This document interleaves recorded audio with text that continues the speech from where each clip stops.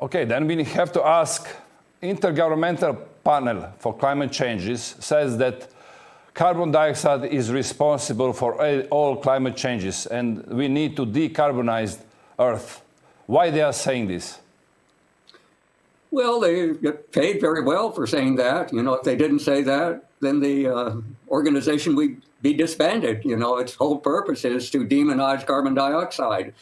So they're doing what they're paid for.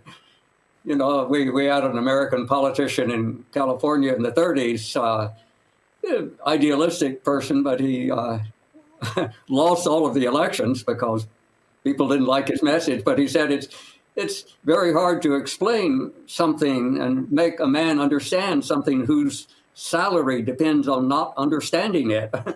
So, so if your salary depends on not understanding the truth, then you won't understand it. That means that money is behind everything.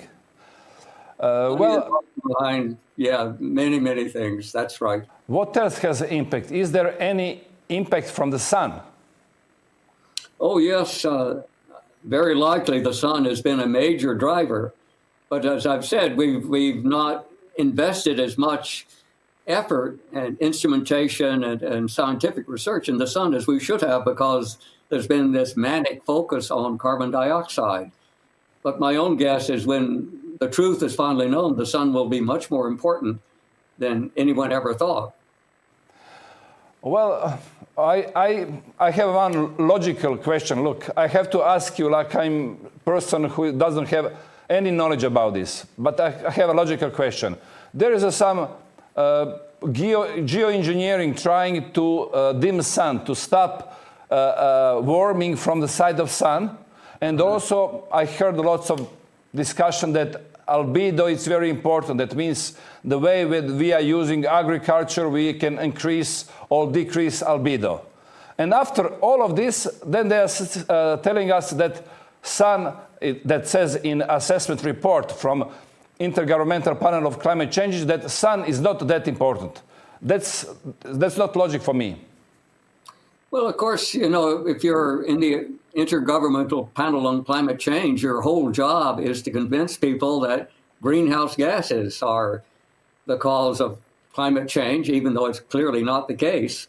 That's what you're paid for, as I explained. And so you don't want any competition. You want people not to be confused by thinking maybe the sun has something to do with it. But it's completely obvious, you know, you go outside and what warms you up? It's the sun. You know, it's not gases. And when it's a nice sunny hot day, you get warm. When the sun is low on the horizon in the winter, you get cold. So, and nobody knows as much about the sun as they should. The sun is a very complicated object. You can see varying sunspots. There was this famous little ice age in the 1500s, 1600s, where it was much colder all over the world, not just in Northern Europe, Southern Hemisphere too. And that was a period where there were almost no sunspots. So it's certainly a suspicious coincidence. It may have been a coincidence, but a lot of people think there was some causality that for some reason the sun was not warming us as much at that time. Another one of the theories of that time, it touches on your albedo, is that for some reason in the 1500s and 1600s, it was slightly more cloudy. So if you have more clouds, that reflects more sunlight and the earth would be cooler. So both the sun and very much clouds are much more likely suspect for climate change than greenhouse gases.